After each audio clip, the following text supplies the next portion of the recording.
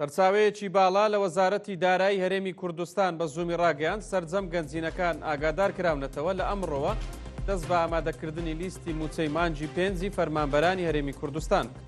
پێویستە هەموو گەنجینەکان تاوەکو ڕۆژی پێنجشەممە لیستی موچە ڕادستی وەزارەتی دارایی بکەن. دەڵێت دەمانەوێت سەرەتای هەفتەی داهاتوو لیستەکە بە ئامادەکراوی ڕەوانەی بەغداد.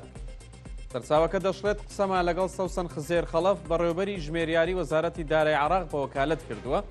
ئەو پێی گوتوین محەممەد شیاع سوودانی سەرۆکوەزیران ئێمەی ڕاست پاردووە ئەم هەفتەیە دەست بە دابەشکردنی موچەی مانجی پێنجی فەرمانبەرانی عێراق بکەین.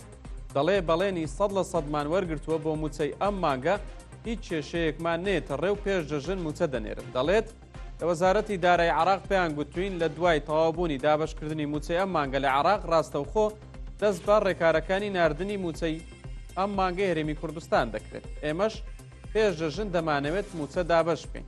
ڕۆژی شەشی مانجی داهاتوو کە دەکاتە هەینی یەکەم ڕۆژی جەژنی قوربانە لە هەرێمی کوردستان و دیهە.